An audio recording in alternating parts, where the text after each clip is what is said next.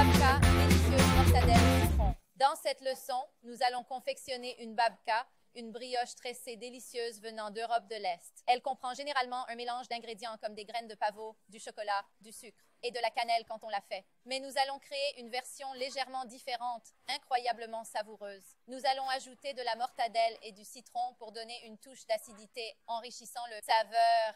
Tout sera encore plus délicieux avec une pincée de fromage parmesan. En commençant par les ingrédients nécessaires, nous avons besoin de farine Manitoba ainsi que lait ambiant. N'oubliez pas d'ajouter du sel et, en plus de la levure, du sucre, des œufs et du beurre. Des citrons à peau comestible dans la liste, car nous les utiliserons entiers. Et enfin, du Parmigiano Reggiano. Et, bien sûr, de la mortadelle fraîchement tranchée. Commençons par la préparation de la pâte à babka. La babka est une pâte levée enrichie d'œufs et de beurre. Incorporons la farine Manitoba dans le bol du batteur pour commencer le processus. Cette farine est riche en protéines, ce qui est important pour que la pâte de levée, puisque c'est un type de pâte qui est un peu lourd car elle est riche en graisse. Dans un pichet, nous allons mélanger notre lait à température ambiante et ensuite casser les œufs.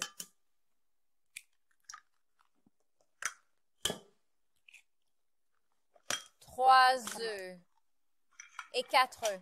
Nous allons les casser délicatement et commencer à mélanger avec un fouet. Et ce sera le liquide qui hydratera notre pâte à brioche. En attendant, nous allons incorporer le sucre dans la farine et la levure de boulanger. Vous n'avez pas besoin de dissoudre la levure de boulanger dans le lait ou de l'eau. Émiettez-la avec les ingrédients secs. Utilisez la moitié de la levure de boulanger sèche pour votre recette. Ajustez en conséquence. Utilisons notre batteur sur socle avec le crochet, parfait pour pétrir des pâtes nécessitant un long mélange. Nous commençons par mélanger la farine, le sucre et la levure à une vitesse lente pour une bonne consistance. Le sel sera ajouté vers la fin, juste avant d'incorporer progressivement le beurre ramolli, morceau par morceau, presque à la fin. Une fois que les ingrédients secs et la levure sont bien mélangés, nous passons à l'ajout du lait et les œufs. Nous laissons le temps à la farine d'absorber correctement le liquide. Ensuite, nous allons légèrement augmenter la vitesse de notre batteur sur socle. Nous permettons à la pâte de se pétrir. Quand elle est bien pétrie, elle s'accrochera au crochet. Ajoutons le sel, puis le beurre, morceau par morceau.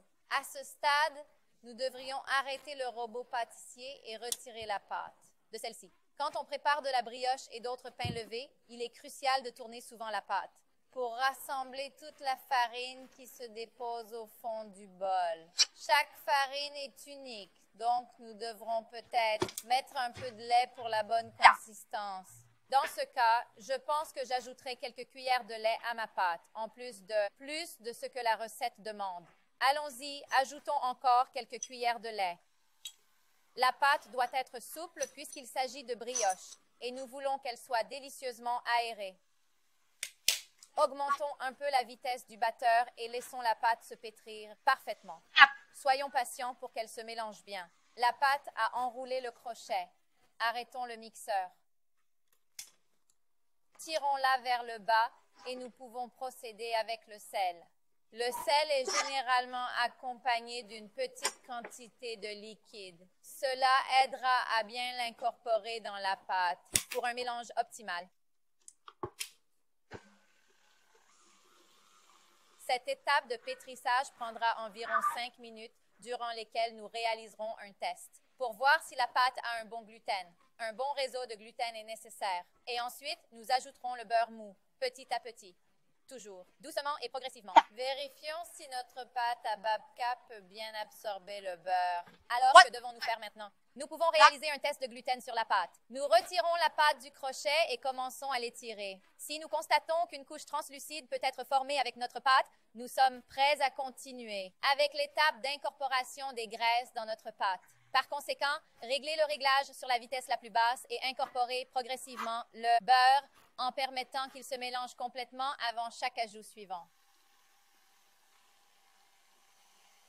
Nous continuons à ajouter le beurre, toujours un petit morceau à la fois. Prenez votre temps. Il y a beaucoup de beurre à mélanger. Lentement pour bien absorber. Se presser affectera le résultat. Si besoin, nous augmentons un peu la vitesse. Et si cela arrive comme ici, si la pâte se sépare car le crochet ne touche pas le fond du mixeur, nous arrêtons le mixeur et retournons la pâte.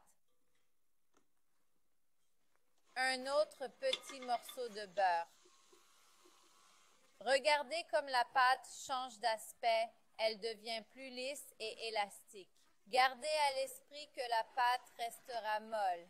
Ce ne sera pas une pâte dure et dense. Restez patient, ne mettez pas plus de farine. Un dernier petit morceau et je vais continuer jusqu'à ce que tout le beurre soit utilisé. La pâte est prête. Vous pouvez voir qu'elle est souple, beurrée et nous allons l'utiliser froide. La pâte est prête, pas de farine. Stoppons le mixeur. Enlevez la pâte du crochet. J'utilise un racloir pour cela.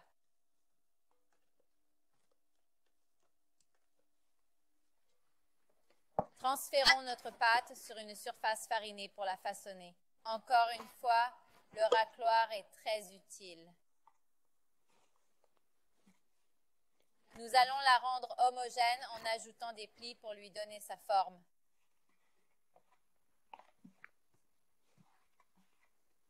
Laissez fermenter la pâte dans un bol couvert de plastique jusqu'à ce qu'elle ait expansé d'un tiers de sa taille d'origine.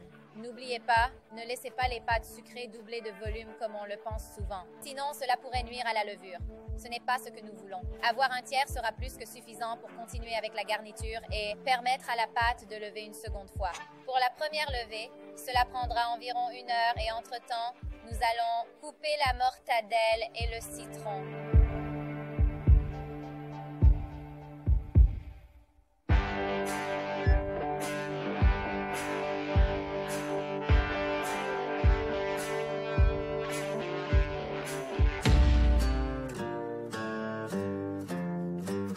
Nous avons terminé. La première levée est complète. À présent, étalons la pâte sur le comptoir pour la préparer à la cuisson. Nous allons la farcir avec de la mortadelle, du citron et du fromage Parmigiano Reggiano. Saupoudrons un peu de farine sur la surface. Ensuite, je la retourne.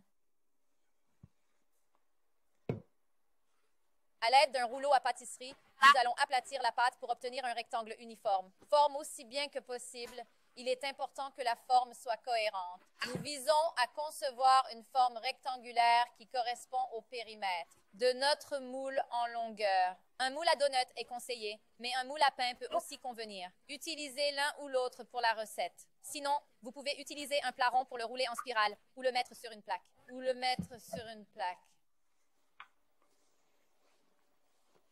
Il est nécessaire d'étaler correctement la pâte. Façonnons la pâte à babka avec nos mains pour la rendre aussi lisse et uniforme que possible. La pâte doit avoir environ 1/2 centimètre d'épaisseur. Si c'est très chaud, placez-la au frigo pendant une demi-heure pour qu'elle soit plus facile à manipuler, plus facile à travailler. Maintenant, nous pouvons commencer à remplir la pâte. On commence par la mortadelle que nous allons répartir sur toute la surface, notre rectangle de pâte. Ensuite, nous allons placer les tranches de citron. Mortadelle, citron et parmesan, c'est une combinaison fantastique. Astuce.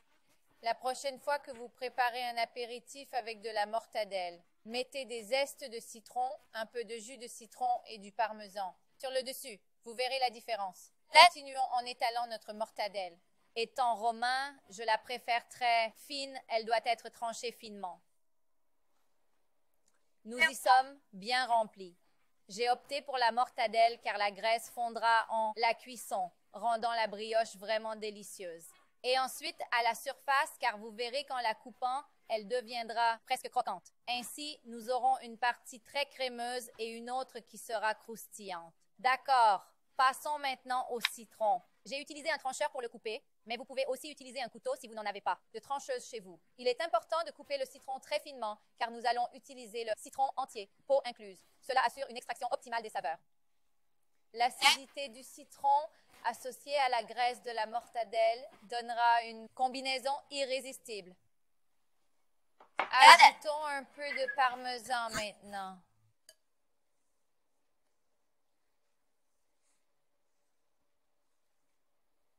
Si vous le souhaitez, vous pouvez ajouter un peu de poivre noir à ce stade. Je mets du poivre noir sur le babka après la cuisson. Nous allons maintenant commencer à étendre notre pâte à brioche. Assurez-vous de l'étaler fermement.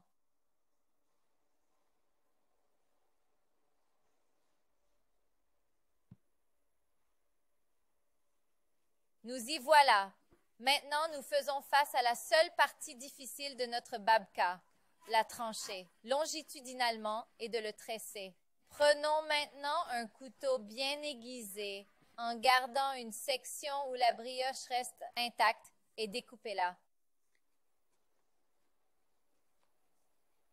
Préparez le moule à portée de main car il faut agir rapidement pour cette étape.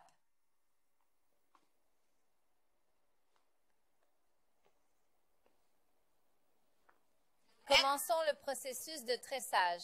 Soyez rapide pour que la tresse ne se défasse pas. Retard entraînera son dénouement. Préparons notre moule à pâtisserie. 1, 2, 3, c'est parti. Nous y sommes. Il doit maintenant lever à nouveau, s'étendant jusqu'à atteindre le bord du moule et nous pourrons le cuire. La pâte est prête, elle est au bord du moule. Ajoutons un glaçage et du sel, c'est facultatif mais bon, avant de le mettre au four pour la cuisson.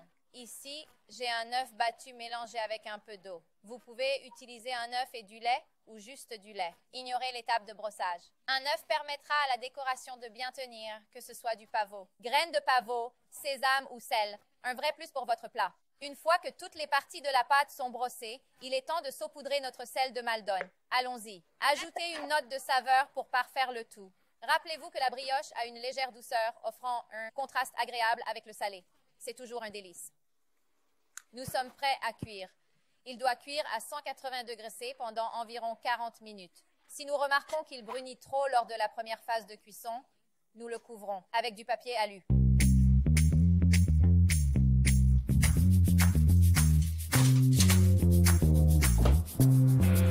La babka est prête.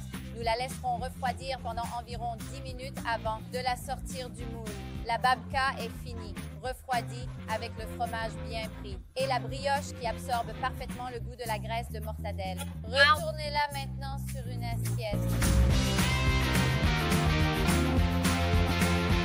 La voilà. Elle est moelleuse et a des rayures, des sections croustillantes, des zones douces, le goût du citron et la richesse de la mortadelle. Cela promet d'être fantastique. Voici ma babka citron, mortadelle et parmesan. Dans notre babka, une explosion de saveurs nous attend. On retrouve l'acidité de la pulpe de citron accompagnée de l'arôme du zeste. Puis, il y a le goût riche et arrondi de la mortadelle. À la fin, nous découvrons le parmesan qui unit le tout avec son saveur. En résumé, essayez-le.